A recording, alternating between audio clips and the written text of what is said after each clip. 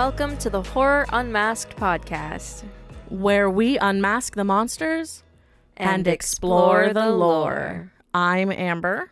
And I'm Lily, and today we will be dissecting Van Helsing. Let's kill Dracula. Transylvania, 1887. A town is on the hunt for Victor Frankenstein and his monster. And as the town is trying to break down the gate, Dracula appears and tells Victor he wants to use the monster for something. But as Dracula kills Victor, the monster escapes its restraints and runs off with Victor's body. Mm-hmm. The townspeople chase after the monster into a windmill and set it on fire. And Dracula and his brides believe the monster is lost. We then jump to 1 year later, as Gabriel Van Helsing is hunting a monster in Paris, which leads him to Notre Dame. Notre Dame. Yeah. This creature being Hyde, as they fight, resulting in Hyde and Dr. Jekyll's death. Helsing goes to a church and is brought to an underground facility, which is the base of where he goes to find new missions for these creatures, as he was raised by this church. His mission is to find and help the Valeris family kill Dracula before their bloodline runs out, as the generations of their fallen family will not go to heaven. If he fails. Yeah, if they fail. And there's only one of them motherfuckers left. Yep. Well. Van Helsing goes to Transylvania, and with him, his reluctant friend Carl, the friar. I love his name's Carl. He kept trying to fuck all the women and just being like, aren't you like a priest? And he's like, actually, I'm a friar. I can say damn and fuck. We then meet Anna. Anna? I don't fucking remember. Well, the way it's spelled is Anna. We then meet Anna and her brother Velkin capturing a werewolf, but the cage falls, releasing the beast. And as everyone runs, Anna is at a cliff where the werewolf leaps at her, but Velkin pushes her out of the way. What is so funny about this sentence? This scene, it makes me laugh. Hold on, I'll tell you why in a second. Velkin pushes her out of the way as he shoots the werewolf, and both him and the creature fall over the edge. What the fuck is so funny about this goddamn scene? And then Anna, just watching her brother go over a cliff, just stands sexy-like at the edge with the wind in her hair, just looking like, yeah, it's like a fucking novella. What are you talking about? This is not like normal person reaction to their brother falling off of a cliff. It was definitely, let me stand here and look hot while I stare off longingly into the distance and realize that I am the last of my family. Yep. I didn't get that at all, but you know. Yep. Oof. It was so good. Van Helsing's arrival in Transylvania is not a happy one, as Transylvanians don't like strangers. No, they don't. As Princess Anna challenges their business there, Van Helsing notices 3 harpies flying towards them. They are Dracula's brides. Now, do you know how to say their names? Yes. Okay. Alira, Marischka, and Verona. Gotcha.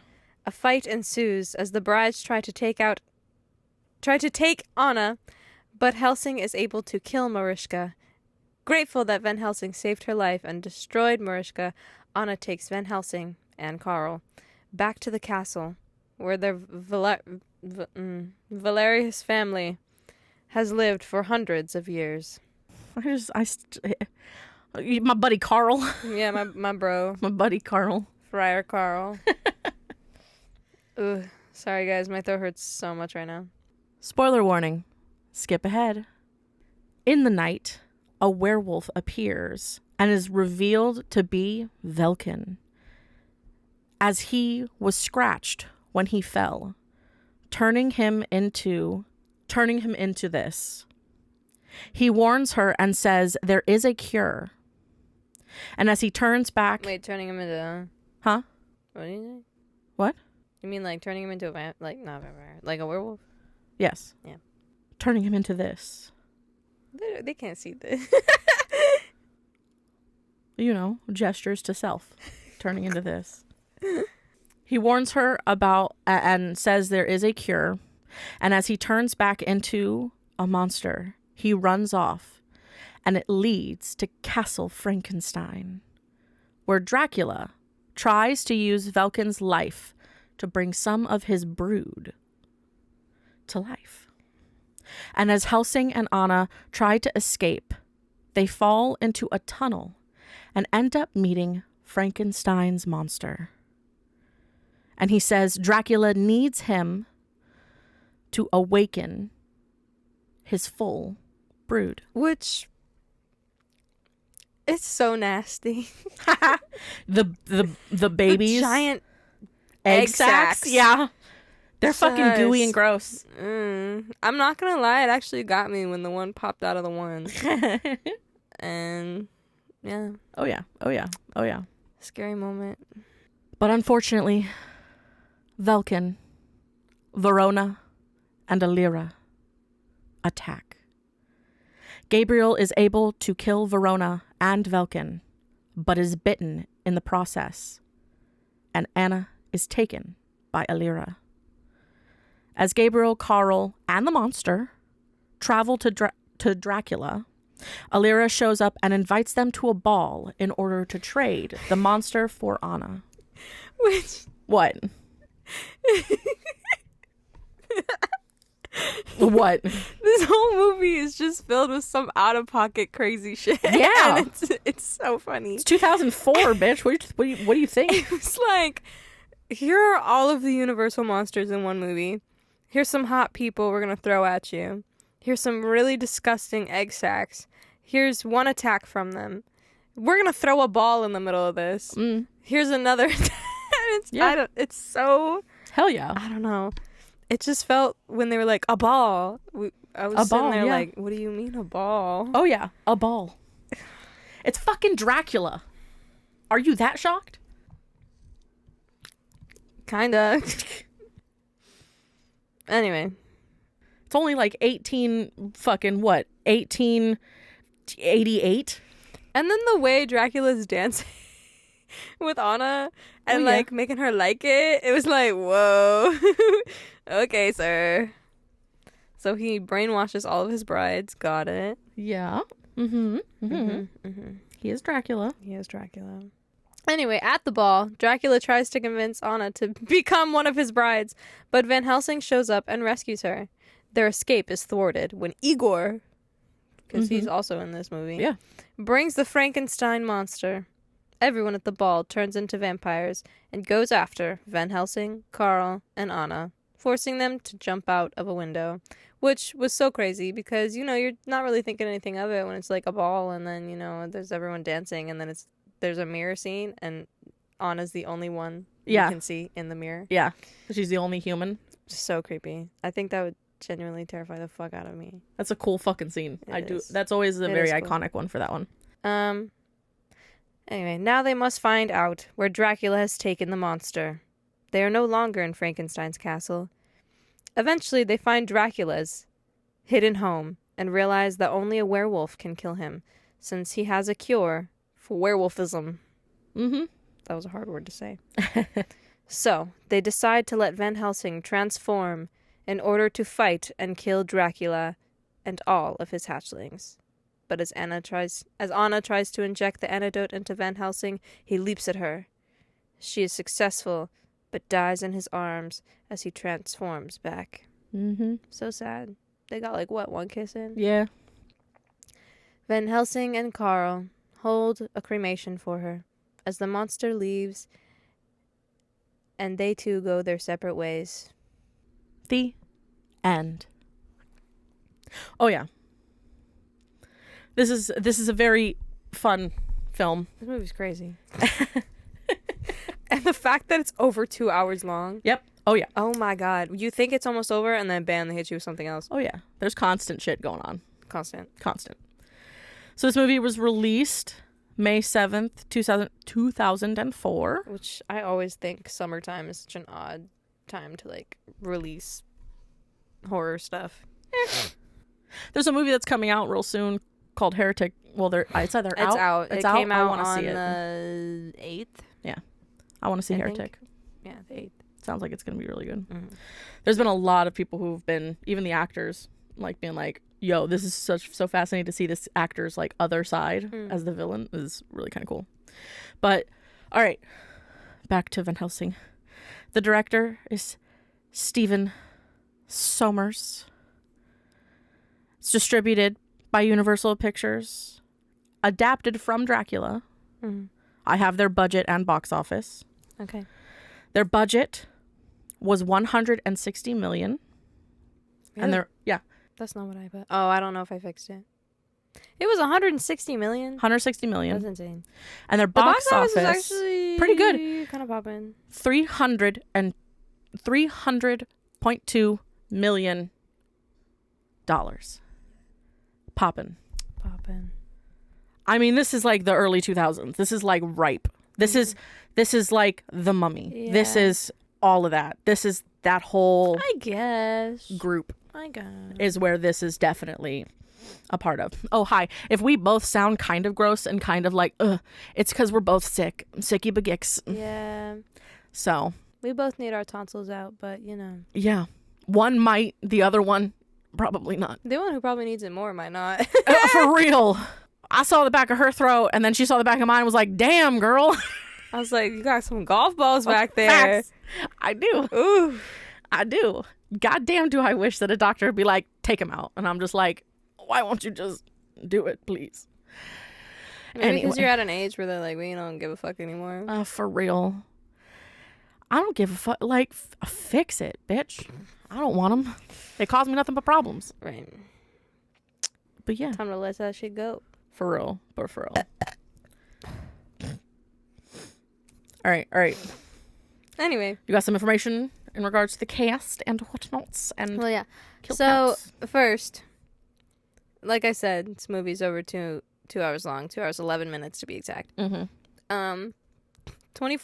on Rotten Tomato, which checks out with Rotten Tomato. Checks out with Rotten Tomato. I'd make it a little bit higher. I'd put this movie higher. Yeah, just a little bit. Yeah. The kill count in the entire movie was 229, and that's including like the vampires, the werewolves, the humans, and like the animals and things. So lots of stuff. Yeah. I will say more vampires died than anyone else because all the hatchlings. Yeah, all the hatchlings, but also, you know. Yeah. Anyway. I mean, even if you're thinking about the ball when the ball bomb goes off. Mm-hmm. Yep. The straight out of D&D magical object. The light ball. You know. All right, so our cast here, I've got 8 different people. So it's kind of a thick one. Yeah. But we've got Hugh Jackman. Yes. As Van Helsing. I love Hugh Jackman. Yeah. He's a theater man who just also enjoys doing movies. He loves plays and theater and being in plays and theater, but he also does movies. He's like obviously the only Wolverine ever. Yeah. Personally. However, like Deadpool, like it's the same concept. It's like you that's it. However, that's what I know him from. Like, because when I was little, is like when I first watched. Him as anything. Which was Wolverine, and from then when X-Men, and then when I finally got older and was starting to get into musicals and stuff. Oh yeah, it's everywhere, all over them motherfuckers. And it shocked me. Oh yeah, like I'm like, here's this hard man playing a guy with knife hands. He fucking loves theater. And then here he is singing and dancing with a fucking top hat, and I'm like, dude, what? Greatest Showman. It took me back for real. Like, I remember watching, what was it? It's like a Southern play. My brain just is totally fucking blanking, but he's in it. I know what you mean. Hold on. I know you know what I'm talking about. Is it? Wait. I know you know. He had a whole big number that I think even says the name of the play in it. And my brain is... It's one of his very early works. Is it a movie? No, it's not a movie. It's a play. But it's like the play was... I don't know... I can't remember if it was the play was filmed or if it was like an adapted version. I don't know. But I don't know. Is it Alabama? Not Alabama. Yes, Australia? Alabama? No, I think it was named after like a plate. Like, oh my God. I don't know, girl. But I remember seeing him in that. I remember seeing him in all sorts of shit. I think was he in Les Miserables? Yeah. He fucking... I've seen pictures of him recently on theater stages. This motherfucker loves theater. He's so cute. It gave me weird vibe. Like, I watched him as Wolverine and then saw him in the musical, and then I was like, I don't know if I like that. This man with blades is now prancing about a stage. And I don't know how I feel about that. Yeah. This man that has been titled one of the most attractive men in history. Really? For real. He's been on that list. Yeah. I mean, shit. I remember seeing a video of him because he fucking loves musical theater. It's not even funny. Man loves musical theater. And it's not even just like, I remember seeing like practice videos from when he was doing The Greatest Showman. Mm-hmm. And he loved the music and he loved the talent that was with him in that show. But I guess he had gotten surgery like in his nose or something like that because of something. And he really wasn't supposed to sing. Like, but he was so moved by everyone else that he just had to like join in. And he still sounded fantastic. Like, this man's got a voice. This man's got a fucking voice for real. Yeah, enough on Hugh Jackman. Yeah, he's his own icon self. Yeah, we can make a whole separate video on just for him. Real. And his fucking profession in our world. Yeah. I would love to see him in more horror movies, honestly. I think he would be interesting. Probably. I think that'd be very cool. Good. I think that's a combo we need. Yeah, I agree. We also have Kate Beckinsale as Anna. She's so fucking pretty. She is. Ugh. Like, when I tell you I was watching this and we were like, where are all the pretty people? And then the brides show up. Yep. And then we were like, all right, where's the rest of the pretty people? And then Anna showed up and, you know, we were like, there's the main one. You just already know. I'm an equal opportunity pretty people, so I count the men in that too. Mm-hmm. Granted, there's only like 3. You think 3? Well, yeah, because it's the brother. I think, okay. Because he was cute, even though he was a werewolf. And then he opened his mouth and he can just be a face. It's okay. He can be a face and it's fine. Hugh Jackman, because Hugh Jackman. Yeah. And then the Dracula character wasn't terrible. No, ugly. Sorry. But that's also your taste. That is my taste. I'm also older than you. That's true. And also, you were fucking 2 when this movie came out. But then I saw Richard Roxburgh, like, just a picture of him. Yeah. And he wasn't ugly. I just think it was the way they made his Dracula. Like, to me, his Dracula looked too, like... What's the right word for this? To me, Dracula's supposed to be scary. He kind of looked funny, sweet, nerdy guy. I don't know where you see it, but okay. That's okay. I really don't know where you see nerdy, but that's got right. it. But also, you grew up in a very different, like, social climate. Right. So, he's like the goth that you would see at the party, but that's, like, still cool and chill. A little bit. But. Yeah. So, but that's just my opinion. But the bride's outfits are always fucking great. They were gorgeous.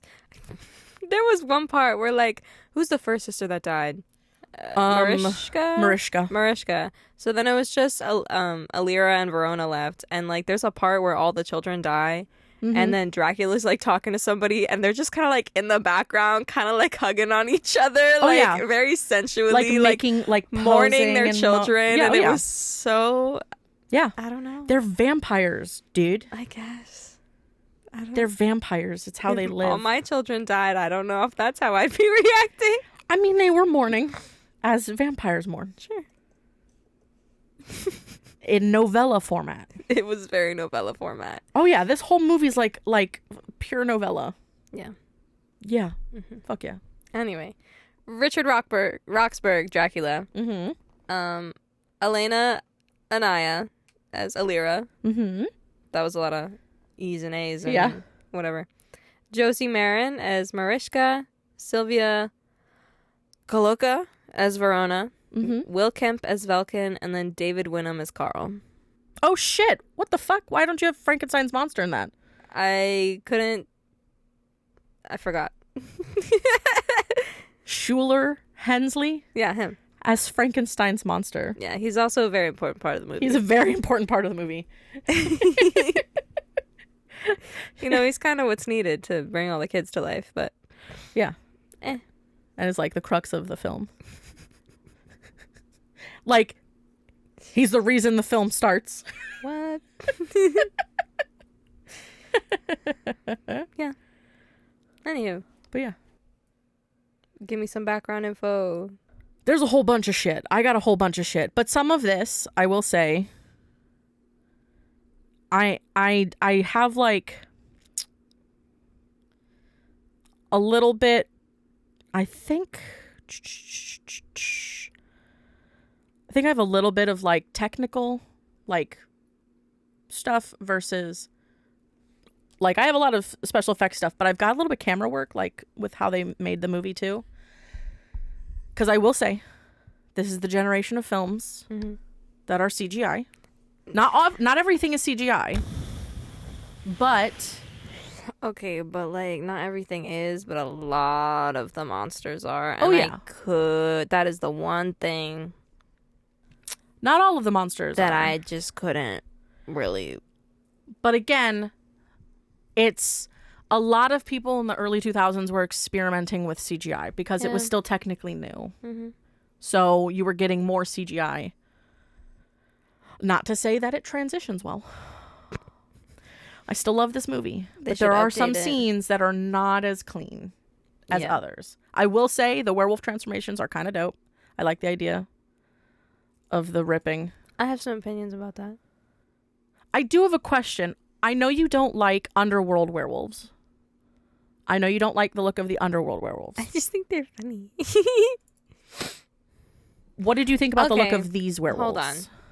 Honestly, in all honesty, I don't like the look of any werewolf in like pretty much any movie. I just, I don't know. I guess for me, it's like I have very specific vision of how A werewolf should look. in my personal opinion, that's my artistic like I'm take on curious things. if we could find a movie, like specifically look for a werewolf movie that has fits a what werewolf I'm that you are thinking about. Because I know Yeah. that they're coming out with Wolfman, Yeah. but it's a totally different kind of situation Yeah. with that, which would be an interesting one to go see. But I don't think that even falls. If I'm thinking about Probably it not. in regards, because I think for you, it's maybe this maybe not be the best way to put it, but like the cartoon version of a werewolf, Yeah. the like big upper body with the full fluff, and then the specific shaped tail and all that kind of stuff, like the very wolf, but just bipedal. I don't like it when werewolves are bipedal, you know what I mean? Like, it's weird. And I get that there's supposed that's to be what a like werewolf men. is. I know that's like what it is, but it's like, ugh. You just want a wolf. So you want Twilight. No, even that's done weird. Because they're not bipedal. I like the Vampire Diaries version. Have I seen... I don't think I've seen the werewolf in that yet. You haven't? I don't think so. Remember, I fucking stopped that because my emotions were running fucking rampant because I was crying every episode I was watching. I'm pretty sure it was like the first season we see it happen to someone. Oh. I mean, do they ever show the full... It's because they put a real fucking wolf into a cage. No, I mean, like, even the transformation was very, like, kind of what I expect. You've been tainted. Well, maybe. You are the very classic teenager version of these things. Well, you know. Whereas me, I'm like that wasn't me that long visceral ago. body ripping and blood and gore. Well, I think my problem Yours with are like they start to rip and then they fade to a shadow. Well, I just think because every time I've seen it done, it just isn't really. It's done too like theatrical for me, and it feels feels fake. Like I haven't seen anything that feels real to me, so I'm just gonna leave it up to my imagination. Have you seen American Werewolf in London? That one's very cool, and we know the mechanics behind it, and it's pretty fucking amazing. My issue with the Van Helsing werewolf, I think, is the ripping of the outer layer of skin and then ripping the outer layer of wolf, and then that is the continual cycle. But it's like the hair would just grow from the skin. It's kind of, here's the thing. Critical Role, Chetney. Yeah. Works the same way as these werewolves. Really? Yes. Okay. He rips off his skin and reveals the wolf underneath. Yeah, I don't know if I like that. It just... That's why I think you actually like the fucking underworld werewolves more, because that is that bone popping, breaking, shattering. I thought I said I did like those ones. No, because you kept saying they look fucking weird. You kept saying that they looked fucking weird, and I was like, why don't you like them? And you're like, they just look weird. I appreciate the fact that it's not CGI and that it's like an actual costume. Yeah. So that's nice. Yeah. I just don't know. I don't know. No one's done it but right the yet. overall design, I'm not saying how the transformation, but I mean the overall visual design of the werewolf. What did you think? For this movie? Yeah.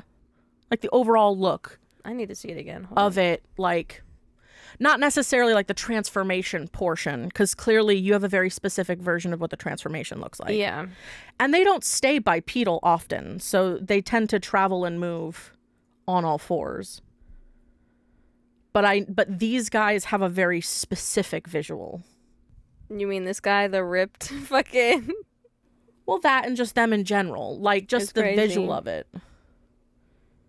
I kind of like... I don't mind it. I kind of like the visual style. They're definitely really scary. Of the werewolves in this, because they feel that but combined again, between... it was just too much CGI for me. Yeah. Like, I feel like that is a really good design for them. It's just... You know, I have a costumer. I prefer practical. I have a costumer that I watch who does werewolf outfits that are a very similar visual vibe to that, but are like full suits, blinking eyes, snarling, all the 9 yards. So I feel like if they ever did a Van Helsing, like a revamp, reboot, that would be such an easy one to create. To like redo in the same visual, but like have that. I think that'd be a cool one too. Yeah. But anyway, getting off of werewolves and into the behind the scenes BS of all of it. Okay. So this movie was directed by Stefan Sommer. And in most people's minds, it's I don't see it as scary necessarily. Oh, no. But this is like a high fantasy adventure film. I was kind of laughing my way through it. Like, but not in like a bad way. There was some weird shit. Yeah. But also the fact that like you would have Anna and Van Helsing going to like Dracula's castle, and it'd be a wide shot of like this really beautiful land. Yeah. And they'll be walking along these like mountains, and there's a whole cavern in between them and the castle. Next scene, they're walking into the castle. Like, it's like, what do you mean you got from here to there? And but we're not Lord of the Rings in it. We're like 15 scenes or them just traveling over land. It kind of felt like that. There was like at the beginning, I think, where it was like just all beginning shots before they introduced like Anna and Velkin and all those, like where it was just snow-capped mountains and fields and things. And I was like, whoa, okay. They're trying to show the budget. Yeah. I mean, they do have a hefty budget.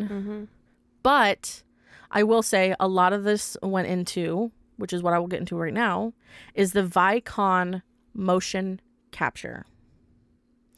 So ILM, which is Industrial Light and Magic, delivered a stunning set of familiar horror figures and had a lot of imaginative visuals, including Dracula, Frankenstein, and the Wolfman, because they are different than the ones that we know. They do have their own world building in this film. And then, so to get into a little bit of the Vicon system. So Vicon motion capture system is 24 high-speed, high-resolution Vicon MCAM cameras. They were used by Industrial Light Magic to capture performance animations for this movie. So, combining the accuracy and flexibility of Vicon motion capture with high-powered light-emitting markers, ILM customized an approach for this summer blockbuster that allowed it to effectively shoot motion capture on a demanding film set. Mm-hmm. So Vicon Motion Systems is the global leader in motion capture hardware and software, helping industry sectors including animation, engineering, and life sciences to track and analyze movement. So motion capture, most of us know, but not everybody realizes how much it's used because it's even used in video games. It's a very prominent thing in video games.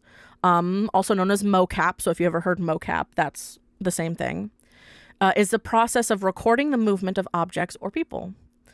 The technology originated in the life science market for gait analysis. So gait is like how someone walks. Oh, okay. Like the way that their gait is. Mm-hmm. But now it's usually widely used by VFX studios, sports therapists, neuroscientists, and for validation and control of computer vision and robotics. Because it's interesting tracking of motion, which is really fascinating because there's different versions of it. There's versions of it that have like reflectors, non-reflectors, based on what kind of technology they need for that set or scene. I even remember my brain. I know the video game is not called Cat, but that's the only way that my brain can call it because it is Cat. Stray. Darren loves that game. So Stray, that's the only reason I know what you're talking about, uses mocap. So they'll have cats in little mocap That's outfits. So cute. I was wondering, I was like, wow, this game is really showing me like how cats are so mobile. Yes. Like they can literally jump anywhere, do anything. Yep, because they had actual cats playing as the cats. They physically recorded their actions so that the cat in Stray would look extremely accurate and actually act like how a cat is, and not like the digital representation of what we think a cat is like. Yeah. So I thought that's very fun to kind of think about that. So funny. Cat. So among ILM's formidable assignments as the movie's principal visual effects company were Dracula's brides. Because of everything that they were doing. Mm-hmm. So, flying. Yeah. They transform attacking. In appearance from sultry females to bloodthirsty vampires. Mm-hmm. These monstrous brides use bat-like wings to fly through a Transylvanian town, attack villagers. While doing so, they're struck by arrows, cut by knives, and stabbed by stakes. Mm-hmm. There's no easy way to accomplish these effects purely with makeup and costuming. Digital bodies were required, yet the live actors' facial performances of the brides were critical. Mm-hmm. The director really wanted to emphasize the actresses' actual faces and hair, yet he needed to use digital bodies to accomplish the look and performance that he sought.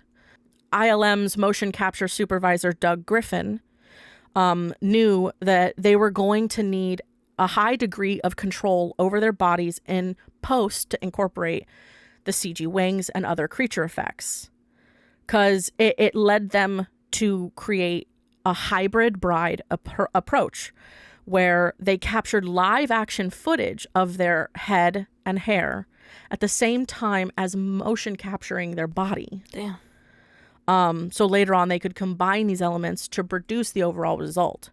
So from like, I saw photos of it. So from here, from the like clavicle up, it was like them in makeup and hair. Mm-hmm.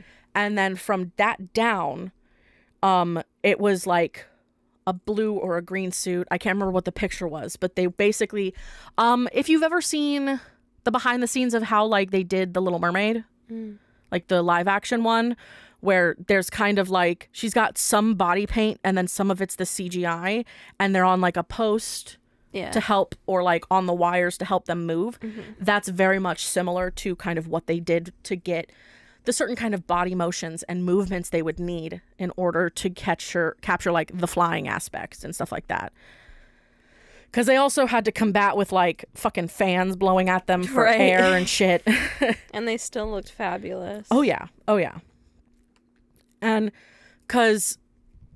so the director's Santa Monica production office was adorned with a wide variety of detailed ILM renderings of Van Helsing's character.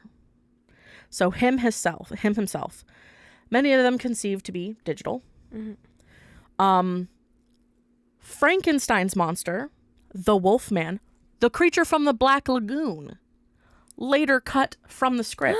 So he was originally going to be in the film, and then they removed him, which is kind of interesting because if I'm not lying to you, most of these fucking are all in Epic.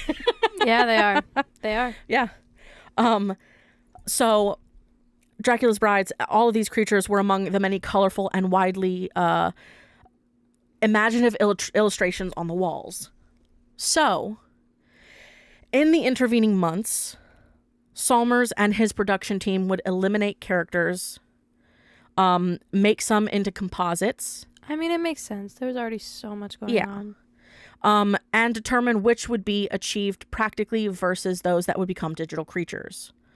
So when budgetary and strategic determinations meant that some characters would be totally digital, among them those who would defy gravity in a majority of shots, the rest fell into the collective lap of the makeup effects department.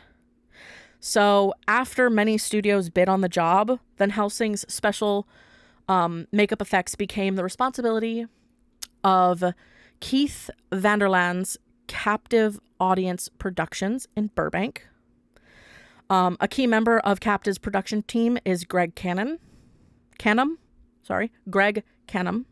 a veteran of over 25 years of monster makeup jobs, including vampire and werewolf makeups in films such as The Howling, The Lost Boys, and Bram Stoker's Dracula. Oh. I am putting The Lost Boys on our list. Okay. Because that's a big one that we really should watch. But Canham actually won an award for Bram Stoker's Dracula, which is pretty amazing. But with Canham leading the way, Captive embarked on a journey that would culminate in the special makeups for many of Van Helsing's characters, including Dracula's non-flying brides. The bride faces were also blended into the digital flying versions, like I had mentioned. And Igor, who is a completely prosthetic makeup. Yeah. And several of the minions, the Drugar, the little fucking Those creatures. things were weird. Yeah. As hell. They're very weird. They're like, fuck. They're reminding me of like something from Star Wars. You know what I mean? Like they feel like if you like picked them up and then threw them into Star Wars on like a desert planet, it would make sense. I mean, yeah. Because they're not like Ewoks. No. But they're different. I don't know if I'd say desert planet. Like a junk. Yeah. Like a junk kind of. Okay. Yeah. I get behind that. Or like, you know, like the markets and everything. Like you could see them kind of being like. Yep. Fucking squirreling around and stealing shit. Oh, and for sure. Doing stuff like that. Oh yeah, I could definitely see that. But the biggest thing that Captive had to do was to create an all-new Frankenstein monster. And this, played by Schuler Hensley, the monster would be featured in many of Van Helsing scenes throughout the story. Yeah. Given that early illustrations indicated the direction that the monster's makeup would take, Canham and his key art department illustrators and sculptors fashioned a complete head-to-toe makeup and costume for Henley. Damn. For Hensley's, yeah. So captive artists including Miles Teves, Glenn Hans, Ray Spooky Santolier. Yes, Spooky in quotes. I guess that's got his nickname. Yeah. And Todd Tucker and Nathan Franson collaborated to devise a full prosthetic head and body suit that he would wear. That is so much. So the trademark flat top head and electrodes for his neck were in place, and Captive designed a set of leg extensions and boots for him. Oh. Several parts of the bodysuit and head also were designed so that, in concert with other effects, the monster would give off a green electric glow. So in total, the Captive team worked for over a year. A year. And employed over 80 people to produce the many prosthetic pieces, costume appliances, and hair work required for this movie. That's too much, babe. Too much. It's, though the movie gets cited for most of its digital work, it would be very kind of disregarding to not include the special effects makeup, because honestly, the monster is one of the main characters. And it's legit, man. That's a fucking full thing. Like the suit and the when his head kind of flops apart and he has to put it back together. Yeah. And you see like his the brain and the heart that like glows this like electric green. It's kind of cool to see all of that. But yeah, that is my notes. It's a bit thick. Mine are not as thick, I don't think. But we got it. Very good. But there's a lot of stuff because it is CG film, but it does have, at least for what I would consider a very prominent character, at least that was a physical costume, prosthetic, you know? So I'm happy with that at least. So what you got? I've got some Van Helsing history. Ooh, nice. All right. So, in this 2004 film, obviously Van Helsing, starring Hugh Jackman, he's the main character, but his first name is Gabriel, Gabriel Van Helsing. Yeah. And the original Van Helsing is actually Abraham. He's a Dutch vampire hunter from the Dracula novel. Yeah. As you probably know more. Obviously Dracula, one of the most... if you don't know who Dracula is, what the fuck? Yeah, but he's one of the key characters in Dracula and one of the most important figures in fighting him. Yes. But he is Dutch, and so his foreignness is reflected in his struggles with the English language and his Roman Catholic faith. He's best known for helping Lucy, Mina, Jonathan, all those people combat Dracula after he turns Lucy into a vampire. Since that, he's been a very central figure in the vampire lore. Because in Bram Stoker's Dracula, he was like a blood doctor. Yeah. Essentially. Yeah. Like he could do transfusions and shit like that. Like knew a lot about bats. Yeah. A whole bunch of stuff. But since then, there's been so many adaptations, but he's very much a quintessential monster hunter in the horror realm. As for this Gabriel character that they've kind of turned Abraham into, Gabriel was once the Archangel Gabriel, left hand of God. Yeah. Served as the messenger to prophets like Daniel, Zacharias, the Virgin Mary, and even helped destroy Jerusalem. So after he descended to earth, he fought many battles, and then later joined the Knights of the Holy Order, which is kind of like why I think they swapped it, because Abraham is supposed to be Dutch and Roman Catholic faith. Yeah. So they kind of changed it up a little bit. But in the Knights of the Holy Order, he befriended Count Dracula after Dracula Yes. broke his celibacy vow and used dark magic to resurrect his dead lover. Yeah. Gabriel was forced to kill him. Yes. So. Which is reflected and explained a little bit in the movie. Mm-hmm. But you know what's really funny? Is that if you're not really religious and he says the right hand of God, you're just like, cool. Yeah. And don't go, oh, he's an archangel from God himself. Yeah. Like, ain't no bitch is going to be like, they're just going to think like, oh, you just the right hand of the church. Yeah. You know? Yeah. Like God with parentheses around it. You know? Like, not, oh, this bitch had wings and was up there with the rest of them fuckers. I honestly didn't get that until I like was looking done the this stuff research, up. yeah. I was like, oh, he with the Archangel Gabriel. Oh, that's why his name is Gabriel. Gotcha. Gabriel. Yeah. But yeah, they do talk about this in the movie, but it was like it wasn't really clarified to me. Yeah. So I'm gonna clarify it for you. Yeah.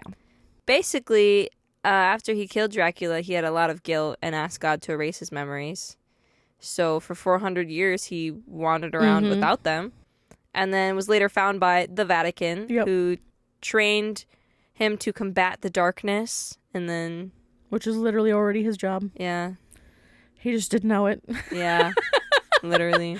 Literally like, I see potential in you. Oh, I just gave you your job back. Yeah. As for the reason he was in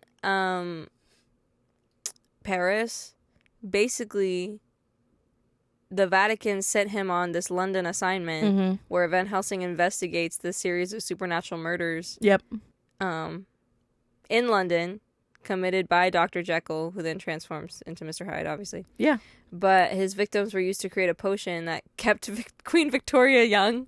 And after a dangerous chase, he tracks him to Paris, where we get the confrontation. We get the confrontation, but that's why he was there. He's got so many powers and abilities in this movie. Oh yeah. So as an archangel, he obviously has a lot of power: immortality, flight, controlling the weather. In human form, no supernatural abilities, but he does have enhanced strength, speed, durability, and then obviously, like they trained him to be a good fighter, with weapons and stuff. And he has the heightened senses and the ability to detect evil. Yes, which is why in the movie he stops Anna from killing the monster. Frankenstein's monster, because he's like, there is no evil in this man. Yeah, he's not. I can't kill the evil. I will attack the evil, but he has no evil. Do it, and he's like, you're not gonna do it with me here. Yeah, he's not evil. Which is a fucking stop thinking he's evil, guys. He's not actually like. He was brought to life. Like, this motherfucker mourned and called Victor Frankenstein his father. Like, mourned this man. Like, Frankenstein's a people person. Like, for real. He's for the people.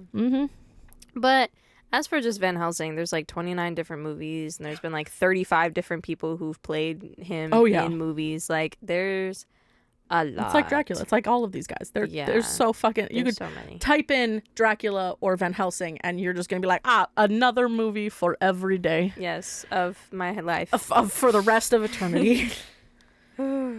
Like, for real. And isn't there like a new Dracula film coming out, or like show or something? Yeah, it's literally called Nosferatu. Yeah, because it's a play on the original Nosferatu. There's so many. So Last Voyage of the Demeter. Because truthfully, Nosferatu is the origins. Yeah, and then we get Dracula. But I was watching so the they kind of are a tandem duo. Yeah, I was watching the trailer for Nosferatu, and like there are some scenes where it's like 1-for-1 with the Dracula movie, and it's why are we what? Yeah, I don't know. I'm kind of tired. There's so much all the time. I can't keep up. Oh yeah. Anywho, that's all I got. All right, not a whole lot. That's good. But yeah. Do you have some 1 stars? Or did I have more? Or do you have more? Oh, no, that was it. Because, like, if you've seen our, Dracula Last Voyage of the Demeter episodes, Yeah. then you pretty much You kind of have a general lot anyway. idea of, like, Dracula. But here's another side of Van Helsing that we've kind of gotten to see over the last couple of years, is their interpretation in the Halloween Horror Nights lore. Yeah. With Saskia Van Helsing. Fuck, this last year, it was us with Saskia as she's going after who? Dracula's daughter. With the friendship help of who? Frankenstein's bride. Like, we got the female version of that. Because that's what we've essentially been getting is like, because the house literally started with her being like at Van Helsing, her father's grave, and her her family's all dead. She's the one that's left. Yep, that's tough for her. So that's crazy. I really liked that house. I thought it was a good house. My thing is that at the end of that, I'm just like, I would love to see another house the next year. Because I know for a damn fact that the Bride of Frankenstein fucking brought that bitch back to life. You know it. You know it. Yeah. She knows how to fuck with life. She's good. She can do it. Sew your ass back up and you're good to go. Yeah, I really wonder what they're going to do next year. Every time I think they're running out of ideas. They just make more shit. Yep. Oh, yeah. But you got some 1 stars? Oh, boy, do I have some 1 stars. Alrighty. Lay them on me. All right. I've got a couple. They're kind of thick. Okay. This movie smells like a wet dog. The fuck? What? I rarely rate movies as low as 1, but Van Helsing, while theoretically deserving a 4 for craftsmanship in cutting, costumes, and SFX, I cannot rate it higher than a 1 due to its utmost abhorrent script. Plot? What plot? Performance and feeble attempts to be funny. What happened? I did enjoy The Mummy tremendously. I even liked The Mummy Returns. But this is an outrageous, and Kate Beckinsale, already proven to be the worst actress of the year in Underworld. I love her in Underworld. Fuck off. I love Underworld. Seems to have a fable for showing off her body instead of her acting talents, which might prove difficult as these are seemingly non-existent. Okay, I will say, the first time we see her, she's like running, and I swear to God, I don't know if it's because the TV was small or like what, but I think she did not have a shirt under her corset, and that was just her boobs, and then in the close-up, she had one. It was really weird. There were some moments where, I don't know. But there are indeed many viewers who enjoyed this shallow popcorn flick, and it's their good right to do so. Period. But as a fan of the genre, I could merely wince in my chair, seeing how such a potential character as Van Helsing goes to waste in yet another installment of all show and no brains. Yet it began really promising with the hunt of Mr. Hyde. Very nice CGI there. I didn't like it. It wasn't terrible. I didn't like it. But sadly, these first 15 minutes are the only highlight of this movie, and Richard Roxburgh seems to be the only actor worth his grain of salt. Go see The Mummy again instead. 1 out of 10. Which is stupid when you literally were like, this movie actually deserves a 4. So between your 1 and your 4, you should have given it at least like a 3. Or like a 2.5 or something. If you really felt that way. I will say, even though I didn't like the look of Dracula, his acting was actually pretty good. Yeah, he was a good Dracula. Like, he had it played well with the world that they were in. Yeah. Next. Van Horrible. Of course. Yikes. What a bombastic, over-the-top, third-rate CGI fantasy ride. I'm not sure what Jackman and Beckinsale thought they signed up for, but when they sat back and watched the film after all the special defects were worked in during post-production, I'm sure they whimpered and felt as cheated as future audiences did. Besides a ho-hum storyline, the tale was plagued by cliches, including a cookie-cutter side chick that was intelligent, y'all meek as well as goofy. not y'all. Yet meek as well as goofy. And extraordinarily weak matte paintings and CGI. Heck, some of the CGI almost mirrored the claymation of old in its unrealistic stiffness. Most scenes, however, were drawn out to the point where they lost any hold on the viewer. Even worse, many of the human characters, no matter how much pain and suffering they endured at the hands of vampires, werewolves, and such, brushed themselves off with barely a scratch and moved on. Please, weak, trite, boring, and not worth watching except for maybe a laugh. Okay. I've got a lot to say about this. I had a feeling. I was like, she's waiting with bated breath. I was giving you pauses, and you were like, Number 1. Yeah. Way off topic. You like Avatar. The new, like, Avatar Way of Water, Avatar films. I do, yeah. They're very beautiful. Yeah. They've got amazing worlds. Mm-hmm. Those are 100% CGI films. Yeah. And they're fucking beautiful. But they do it in a way where I don't feel like it's theatrical. But that's the point. That's now. Yeah. You like horror movies. Modern horror movies. Mm-hmm. Practical. With some Yes. CGI. As To aid. help edit, yeah. Now. Go back to when Friday the 13th came out. Watch it now.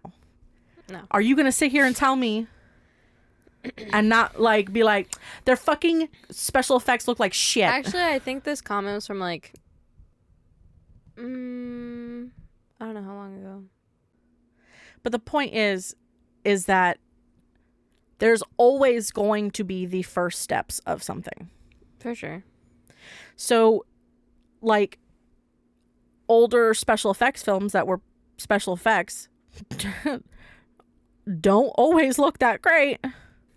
Nope. And now we've been able to blend them seamlessly using CGI as an aid. Because there are some things that there's no fucking way you're going to make it without it. And we've also got CGI films that are straight up CGI that are beautiful and do not broach in a dangerous way because they're trying to do better with it. Mm-hmm. Even if they make a fully CGI film.